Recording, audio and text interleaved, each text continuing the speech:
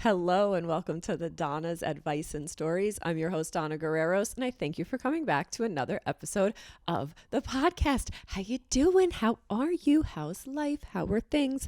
I hope you're doing well. I am chilling. I got video of the podcast now, so if you want to see video of this episode, you can go on YouTube. YouTube, the Donas Project, Donas Project. While you're there, you can follow, like, and subscribe. And if you are here, thank you so much for joining the video. Sound off in the comments below. I want to know how your February is. What's going on? What have you been doing? On this episode, we're going to talk about wintering and what that means, and kind of sitting still and slowing down and not letting, seasonal affective disorder get to you, and not getting all depressed, and kind of, going into it, knowing that could happen, and knowing that we can get a little down and sad, and kind of embracing the winter and embracing the darkness, and embracing these things. So in case anybody does not know, seasonal affective disorder, this is from the Mayo Clinic, is a type of depression that's related to changes in the seasons. S.A.D begins and ends about the same time every year. If you're like most people with S.A.D, your symptoms start in the fall and continue into the winter months, sapping your energy and making you feel moody. These symptoms often resolve during the spring and summer months. Less often, S.A.D causes depression in the spring or early summer, and resolves during the fall or winter months. What the fuck? These seasons, less often S.A.D causes depression. Yeah, so usually, basically, it doesn't really get you in the spring and summer. It can hit you in the winter. So treatment for S.A.D may include light therapy, phototherapy, psychotherapy, medications, meditation, as well as personal routines. Don't brush off that yearly feeling as it's simply a case of the winter blues or seasonal funk that you have to tough out on your own. You should take steps to help keep your mood well, stay motivated and steady throughout the year. So what is S.A.D? Symptoms. Seasonal affective disorder appears during the late fall or early winter and can go away during the sunnier months. Feeling listless, sad, down, sad all pretty much every day, like not kind of getting out of the mood or the funk, losing interest in activities that you once enjoyed, having lower energy and feeling sluggish, having problems with sleeping too much, experiencing carbohydrate cravings, overeating, weight gain, having difficulty concentrating, feeling hopeless, worthless, or guilty, having thoughts of not wanting to live. And if it gets to that point, please speak to someone. Please, whether it's a friend, therapist, don't let it get to that. That's why we're kind of talking about this, and that's why we're doing this on this episode. So, fall and winter S.A.D. Symptom-specific winter onset S.A.D, sometimes called winter depression, may include oversleeping, appetite changes, tiredness, low energy. Spring S.A.D can include trouble sleeping, poor appetite, weight loss, anxiety, increased irritability. So people with bipolar disorder are more at an increased risk for seasonal affective disorder. And some people with bipolar disorder, episodes of mania may be linked to a specific season. For example, spring and summer can bring symptoms of mania, or less intense form of mania called hypomania, anxiety, agitation, and irritability. They may also experience depression during the fall and winter months. So just so you know, it is normal to experience days when you feel down, but if you feel down for days at a time and you can't get motivated to activities you normally do, especially activities of daily living, leaving the house, going to work, taking a shower, eating, getting yourself meals, securing meals, you need to see your healthcare provider. You need to talk to someone, and you need to get a mental health care plan in place for that. So this is very important, especially if your sleep patterns and your appetite has changed, or you turn to substances like alcohol for consumption, or for comfort or relaxation, or if you're feeling hopeless or thinking about suicide. So again, talk to somebody, reach out to somebody, a friend, a professional, let people know what's going on with you. So specific causes of seasonal affective disorder remain unknown, but some factors include your biological clock, reduced level of sunlight in the fall and winter can cause it. Decreased sunlight can disrupt your body's internal clock and mess you up. Serotonin levels, a drop in serotonin levels, which is a brain chemical that affects mood, can play a role in this. Reduced sunlight can cause a drop in it and can trigger depression. Melatonin levels, which is a change in season, the change in season, can disrupt the body's balance and regulation of melatonin. So that melatonin plays a role in sleep patterns and mood. So another thing, seasonal affective disorder is diagnosed more often in women than in men.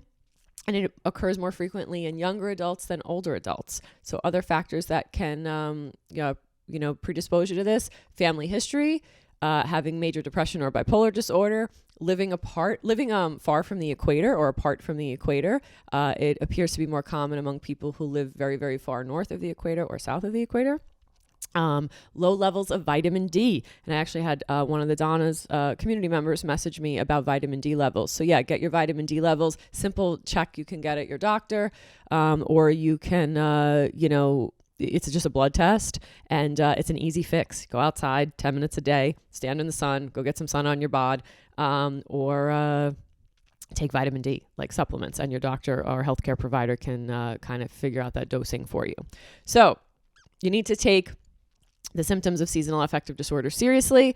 It can get worse and lead to other problems if not treated, including social withdrawal, school or work problems, substance abuse, other mental health disorders such as anxiety disorders or eating disorders, as well as leading to suicidal thoughts or behavior. So there is no known way to prevent the development of seasonal affective disorder. But if you take steps to manage these symptoms, you may be able to prevent them from getting worse over time. You might be able to head off serious changes according to the Mayo Clinic, such as mood, appetite, and energy levels. And you also, if you kind of track this stuff and pay attention, you can kind of predict maybe the time of year that these symptoms might be starting for you. Treatment can help prevent complications, especially if S.A.D is diagnosed before the symptoms get really, really bad. So some people find it helpful to begin treatment before symptoms would normally start in the fall or winter, and then continue that treatment plan past the time symptoms would go away. Other people just need continuous treatment to prevent these symptoms from returning. So again, this is a thing that happens to a lot of people. Talk to a healthcare provider. Treatment, light therapy, phototherapy, psychotherapy, medications.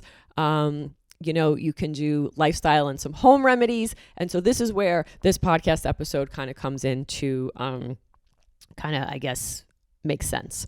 So I was doing, I got sad last year. And I think a lot of us did. A fucking pandemic will do that to you.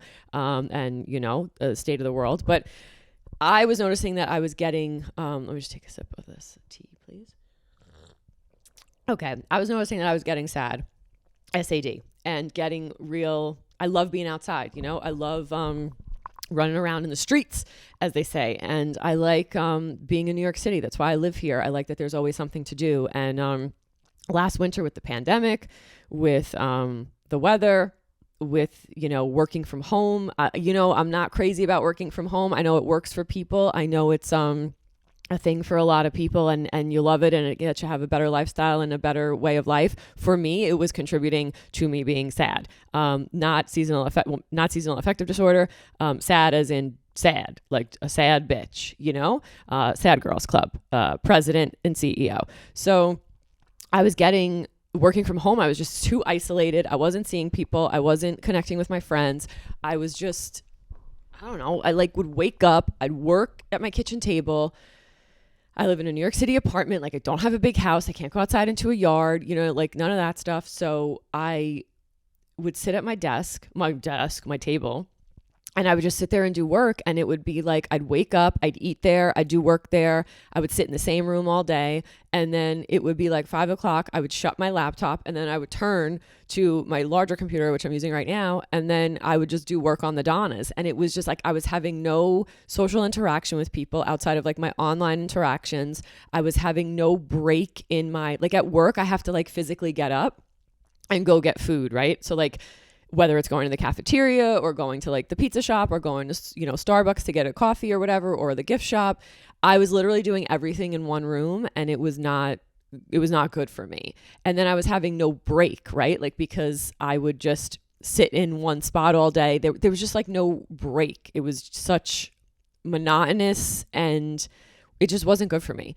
And so I learned that I needed to leave my house if I was going to be working, and I needed to have like work where I go and work, and then I cut that off, and then I come home because I'm still doing more work when I come home, right? I run this online thing. I have a store, I have a business, and because of the pandemic, a lot of our social interactions now are online. So I knew I needed like a break, and I needed a cut in that, which was also limiting my screen time, which was instead of like just talking via DM and text saying to someone, hey, can we get on the phone? So I needed to kind of like break these things. And one of the big things was me switching my job. And that was a lot for one. It was a better position for me. It was a culmination of a lot of things in my career that I've been working on for the last maybe like 17 years when it comes to nursing. And lastly, it allowed me to have a better work-life balance. I work 3 days a week. I have 4 days off. So it gives me time for the Donas. It gives me time for my life. It gives me time for other things. It also really aligns with my human design, which is I'm a generator. So I work like a little battery. We'll have an episode about human design. I said I would do that. So we will. But I'm like a little battery. So like I have a bunch of energy, and then I need to like rest and retreat. So going to work 5 days a week just does not work for somebody like me. I'm very good at going to work. And even at work, they're like, you always work 3 days in a row. And I work like 3 12-hour shifts. And I'm like, yeah, it just works for me. And then my first day off, I like to be left alone. I like to kind of recharge, and then I'm good for like another 3 days at home to do what I got to do, see friends, straighten up. Actually, I kind of straighten up on the first day, and, do work for the Donas and for myself. So yeah, anyway, that was a big thing for me that I realized I needed for my mental health, was going and switching this job. And also the other thing is I needed to physically be at work. I just could not work at home. So in recognizing being a sad girl and a sad bitch, and also SAD, S.A.D, Seasonal Affective Disorder, I was like, what can I do in regards to my lifestyle to try to not prevent this, because I guess it was still like, I still kind of felt it this season, but I was like, what can I kind of do consciously going into this? And that's why I'm like so big. And yeah, that's why I'm so big into like routines and rituals and the moon circles, and like kind of having a plan, not saying you got to stick to it and it needs to dictate your whole life, but having some sort of like loose plan to care for yourself and checking in with yourself and saying, hey, I know I felt like this last year. I kind of don't want to feel like that again.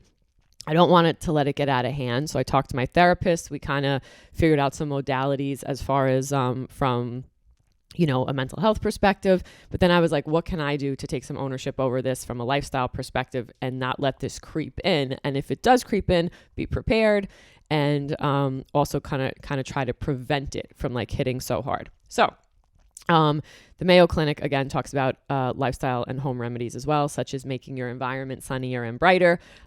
We have been keeping the curtains open, consciously keeping the curtains open, so we have a lot more light in here. I've been actually moving from room to room to sit in the rooms with the light. Like when I'm working and stuff. So like the front of the house, the back of the house gets sun during the day, and then like early in the morning, and then the sun of the whatever, like wherever the sun is, I'm moving. You don't need to know about that. The layout of my fucking house. Get outside, taking long walks, eating lunch at a nearby park, or sitting on a bench and soaking up the sun, even in cold or cloudy days. I've 100% been doing that, which we're going to talk about more in this episode. Exercising regularly. If you are in the Dona Social Club, we are fucking moving and grooving. For my birthday, my birthday's in like, I don't know how many days now, but it's in April. And what I decided was every day the Dona Social Club is going to get together and do some type of movement for 10 minutes. And when I mean movement, it's physical movement, it's mental movement, emotional movement. We've been stretching. We've been like, one day we did weights and worked out and did squats and like went crazy. Me and Larissa and I for proper language. Larissa and I yesterday worked out and did a crazy fucking routine with like jumping jacks and squats and weights and push-ups, and my arms are killing me today. The other day we did stretching. The other day we did a meditation. So that type of movement, and we're doing that together. So there's intimacy and connection. So yeah, that stuff we're doing. And if you're in the Dona Social Club, please join us. It's free. If you want to see what it's like, hit me up in a DM and I can send you a link. And the times are all different, so everybody can join. They're different times each day. And we're going to be doing this every day. So until April. So, and then maybe we'll do it like weekly. But every day is a little dramatic. It's a little much, but you know me. I like to go hard in the beginning. I am an Aries. Okay. We got exercise, normalize sleep patterns, schedule reliable times to wake up and go to bed each day, especially for fall, winter onset SAD, reduce or eliminate napping and oversleeping. So that's something else I've been doing. I've been setting the alarm clock. I've been saying, you got to wake up at this time. I've also been making myself go to bed. There's also a lot of alternative medicine, herbs, herbal remedies, dietary supplements. I'm not an expert in that. So coping and support, stick to your treatment plan, take care of yourself, practice stress management, socialize, another big thing. We're going to be talking about this in this episode with wintering and all the things I have been doing. So yeah, let's see what time we're at. Okay. Take a trip. If it's possible, take a winter vacation, embrace sunny and warm locations if you can, and you have the ability and, the cash flow to do that. If not, you can embrace being outside and having a little retreat. I did this the other day. I went and we did like bumper cars on ice and had a little day in New York City, which didn't cost us too much money. And we had a fun day in New York City. So yeah, that's kind of what's happening. Some questions that the Mayo Clinic says to ask yourself. Are my symptoms likely caused by SAD, or could they be something else? What else could be causing my symptoms or worsening my symptoms of depression? Would light box therapy help me? Are there any restrictions that I need to follow or steps I should take to help improve my mood? Should I see a psychiatrist, a psychologist, or mental health professional? Are there generic alternatives to the medication you're prescribing me if you are prescribed a medication? Will these medications improve my symptoms? These are things to ask your healthcare professional. Let's see. That's kind of, some questions your doctor may ask you if you go for an appointment for this. What are your symptoms? When did you first begin having them? This is ways to check in with yourself. Have your symptoms been continuous or occasional? Do they impact your activities of daily living? What, if anything, helps to improve these symptoms? What worsens it? Do you have any other physical or mental conditions going on or that have popped up since you've been feeling like this? Are you taking medication, supplements, herbs? Are you using drugs, alcohol or recreational drugs? And do you have any relatives who have had this? And even if they haven't known that they've had it, can you recognize and identify that maybe they have had it, from childhood or whatever? So Mayo Clinic, www.mayoclinic.org. That's where I got all this information from about SAD. Hold on, I need to take a sip of tea.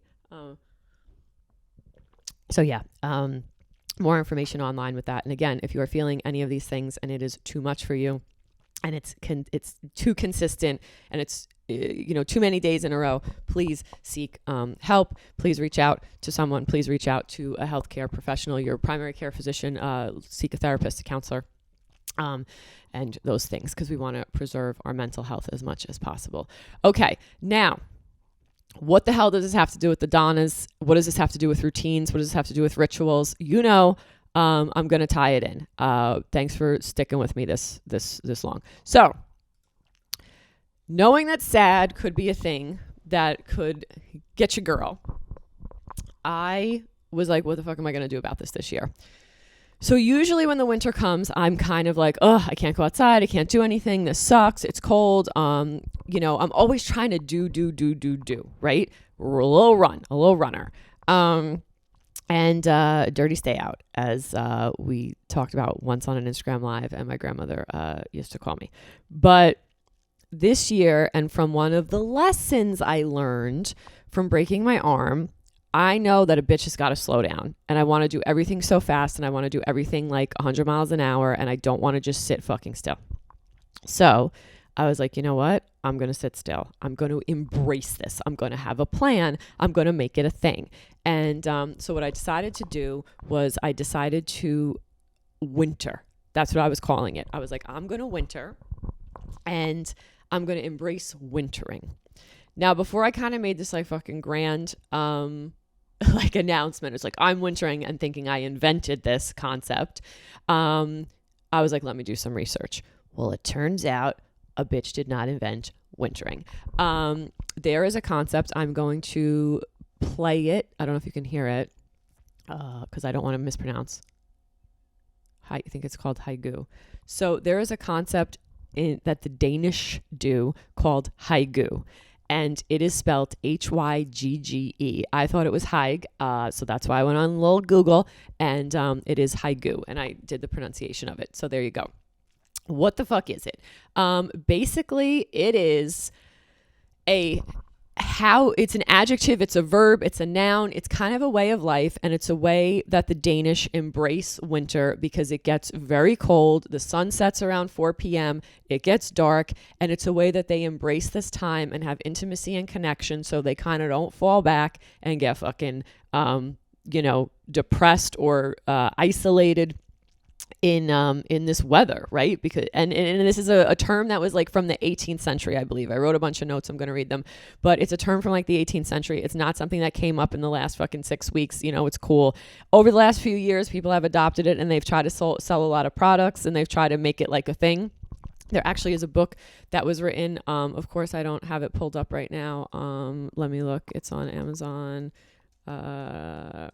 It's called there's a bunch of them. The Little Book of Haigu, is that how you say it? I already forgot how to say it. The Danish Way to Live Well. There's a game. There's journals. There's all these things. So if you're into it, everyone's trying to make money on everything. But yeah, you can do that. Or you can just fucking listen to this, and because it really is quite simple.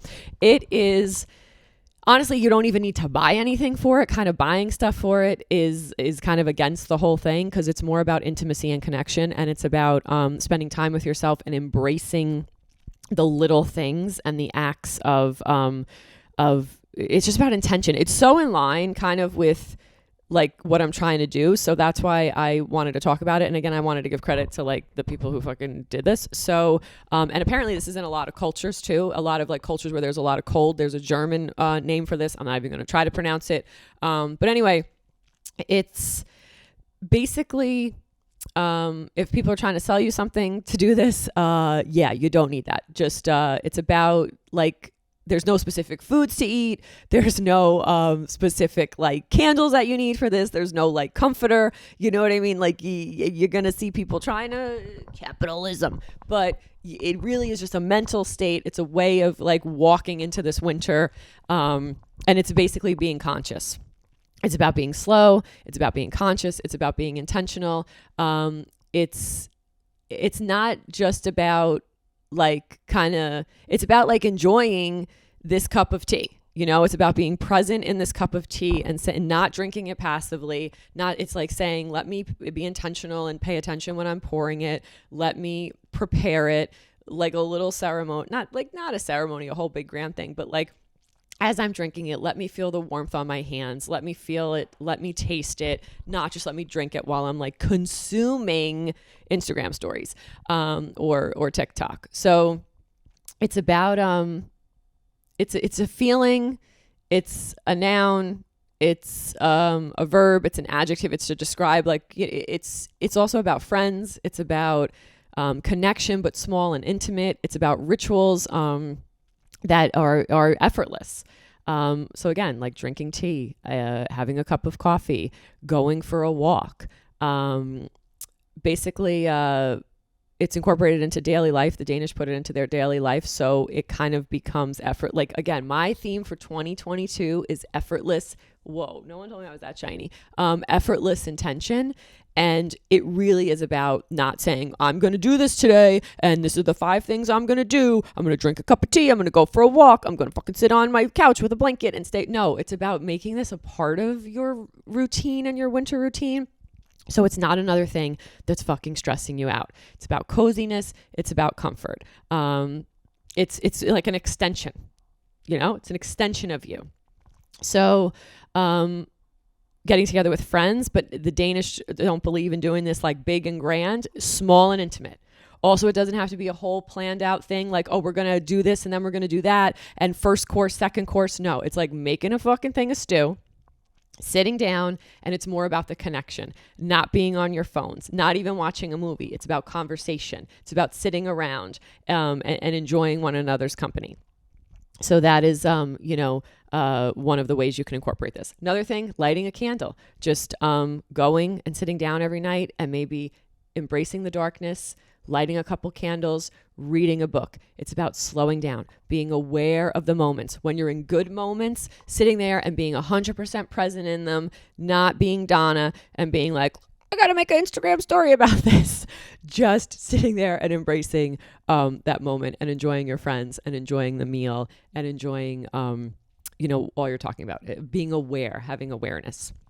The term itself actually translates into coziness, comfort. It's kind of like a feeling, a vibe, the feels, actually I read somewhere in the movie Frozen, they actually have a song that's named after this. And in the song, it's like, one of the lines is, it means comfortable, it means cozy, it means sitting by the fire with your cheeks all rosy. Okay. So like even Frozen is onto this. Like we're not, but like the 8-year-olds are, so like it's time. It wants you to be happy and aware in a season or a time that might not necessarily make you happy. So if you're someone like me who's not really into winter, who doesn't like the fact that you just can't go out and up and go, you're impacted. I live in the Northeast by snow and things like that. It's a way of kind of saying, hey, I'm not going to let this get to me. I'm going to have a little bit of a way, to combat this. Other ways: screen-free activities, get off the phone, get off the Netflix, read a book, play games, talk with friends, things that are going to have a positive effect on your mental health, your overall well-being, laughing, other things that you can do, cooking a meal. My husband and I have cooked a bunch of meals together. We've intentionally been in the kitchen together, doing this. I've made a lot of stews. I've made a lot of comfort food, big on comfort food. Sitting on the couch, journaling, wrapped up in blankets, laying together. He's doing his thing and, reading. I'm doing mine. We look like an 87-year-old couple, whatever. It's, sitting by the window if you got a good view. And I wish I had, my friend Christina has an amazing view out of her apartment, and she doesn't even watch TV. She just sits and looks at the view. And the other day, my husband went to our friend's house, and he lives in a building, it's a huge building in Chinatown that overlooks the water and the bridges and stuff.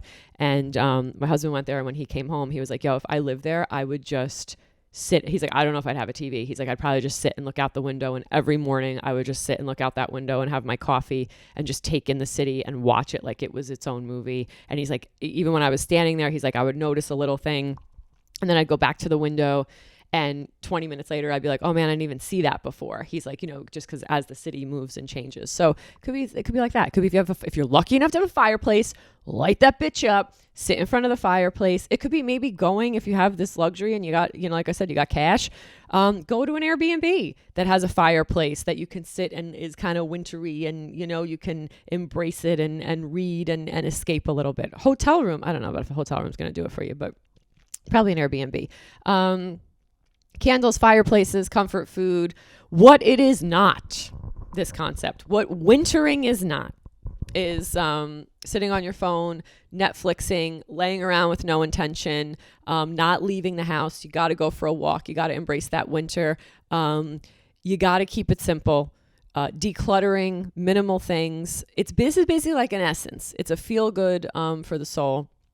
And some people say, and again, while I was looking this stuff up, some people say the Danes are the happiest people in the world. So maybe they're onto something. But then I also read an article in the New Yorker about how, how they kind of suck. And and how they're also have a lot of things like health insurance and, what did they say? In 2018 interview, they recognize that Scandinavians might be freer to pursue the simple pleasures in life because many Nordic countries ensure the basic needs of their citizens are met, providing things like free university education, social security, universal health care, and paid family leave. And there was an article in the New Yorker about how, they got their own fucking list of problems. But this is about wintering and being intentional and trying to not get depressed. So you may want to save that for the summer and read that. All right. Anyway, but again, I try to look at all aspects of things. Okay, so what else do we got? Being alone is cool, but again, this is not the whole focus. If you're going to be alone, it's intentional aloneness. It's not getting sad and being depressed. It's saying, I'm going to do this. I'm going to read. I'm going to enjoy this moment. I'm going to be present in making this meal for myself and nourishing myself. It's really about the true form of this and the true, idea of this is being intimate with people, having small groups, talking, interacting, sharing, activities together and looking at things that you normally do that kind of suck, like cooking a meal, if you're not into that, and trying to find like some joy in that, or trying to be intentional on that, and making it something that's beautiful for you, so you can feel more connected to what you're doing. Yeah, that's kind of it. Things like crafts, dinners were big when I was doing, and I've been doing a lot of that in my little wintering. Other ways you can do this: catching up with friends, chatting, instead of texting. Like I said before, I was texting so much. I'm like, can we jump on a FaceTime? Weekly Zoom, book clubs, small hangs, intimate dinners. What am I doing? I'm going outside more, even though it is fucking freezing. I am making myself go for walks. The other day when it snowed, I made myself walk in the snow. I'm getting super bundled up. I went for lunch with my spouse in a yurt. I thought that was cool. Also, I wanted to eat that hamburger. And so we went to this like yurt. We ate outside. It was a little chilly. It was cool. We did that. Saunas, that's another thing, heat. Every morning I'm going to Starbucks at work and I'm taking a walk there, even though it's cold, and I'm going there to get my warm drink, and I am enjoying it, and I'm feeling it on my hands, and I'm embracing it. I'm eating more comfort foods, and because of eating those comfort foods, I am moving more to combat that. I was spending time in silence. In the morning, I'm waking up, and usually in the morning, I would like wake up and like jump before I get to work. As I'm getting ready, I would go on Instagram, or I would listen to a video, because it takes me like a good 20 minutes to like kind of come alive in the morning. So I would like listen to some type of video on YouTube or whatever. Now I'm sitting kind of like in that dark and embracing it, and either meditating or reading for like 15, 20 minutes. And yeah, I'm not saying I got to be a marathon reader. I'm like, bitch, whatever you can read in 15 minutes, read in 15 minutes and close the book. I've been enjoying the quiet of the house. If it's quiet and no one's home, I'm just embracing that quiet. I'm not like putting on music in the background. I'm not like having, have to have, what do they call that? Laundry content, like that mindless content. Catching up with friends in small and intimate ways. That's usually not a thing for me. I usually like big and grand, and I like a dinner with like 10 people. Been doing a lot of one-on-ones, little threes, little, real small. I've been drinking a lot of hot beverages and eating a lot of soups. I've been eating a lot of soup at work. And so that's how I've been doing it with food. But yeah, this is like, I just want to talk about this because, we all got ways that, if you're not sad at some point, and I mean like sad girl sad, at some point with the world, I mean, come on here and tell me how you're doing it, because it's rough out here. And, yeah, so that's why I wanted to do this episode. And yeah, this isn't like the fucking cure. I mean, if you got some serious, stuff going on, this isn't going to cure you. You need to go to therapy, and you need a professional help. And you might need to go on medication. You might have to come up with a treatment plan, other things. But this is a way that we can kind of catch ourselves. It's something we have control over, right? Because especially when you're in, I've been there, and when you're in those, when you're in those mental health meltdowns or cycles, or what did my therapist calls it, the loop. For me, like when I'm in a loop, it's just like, for certain things, like not having control. Like this is a little way you can kind of have a little control, or feel like you have a little control, or feel like you're doing something, small initiatives. So yeah, that's why I wanted to share this. It's been working for me. It was part of my winter plan. Wintering. I do like wintering, because I can pronounce that. That's probably one thing. And yeah, again, if you don't align with the Danes for some reason, just take what's for you and leave what is not. Okay. What else is going on? I got some things coming up. I'm working on a lot of things. The Dona site is on a kind of, I'm redoing it a little bit. It's so funny because for the last 2-3 years, a few people have gotten on me for having I had this like cream colored background for the website, and everybody was getting on me, and they're like, you got to change that. Like a lot of people. And guess what is the fucking trend now? Okay. So whatever. A bitch knew what the fuck was up. And of course, now that it's the trend, I'm going to change the website back to white. But yeah, it was so funny. I was on looking at all these templates for websites the other night, and I was looking at like the who's who in design that's coming up. People got, even Eater's got a page that's like cream and red. People got like purples, lavender backgrounds. A lot of like mystic universe, like, like 90s vibes on the sites. And I'm just like, man, good for you, girl. You were ahead. You're a little trendsetter there when no one cared and everyone was telling you it was terrible. But yeah, whatever. That's why you got to listen to yourself. Okay, there's the lesson of the day. Go with what feels right for you. Don't let the chatter and the clicky clacks get to you. Anyway, if you're combating seasonal affective disorder, if you are wintering, if you are having more of a plan for embracing the cold and maybe the weather that you don't like, or if you're someone who loves this fucking weather, call the Donas hotline. It's going to be in the comments below. It'll be in the description of this episode, or just sound off in the comments. Go on YouTube and you can see me really wintering in a sweatshirt and in my sweats this morning and drinking my tea. But thank you for supporting the Donas Social Club. We're doing the moving and shaking. New Moon Circle and the journal and guided video for the month of February is still up on the Dona's website. If you want to buy that, it is self-guided. You don't need to come to anything or attend anything. That's all on you to do yourself.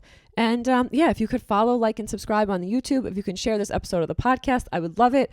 I appreciate it. And yeah, that's it. Stay safe, stay healthy, and most importantly, take care of yourselves. Bye, guys.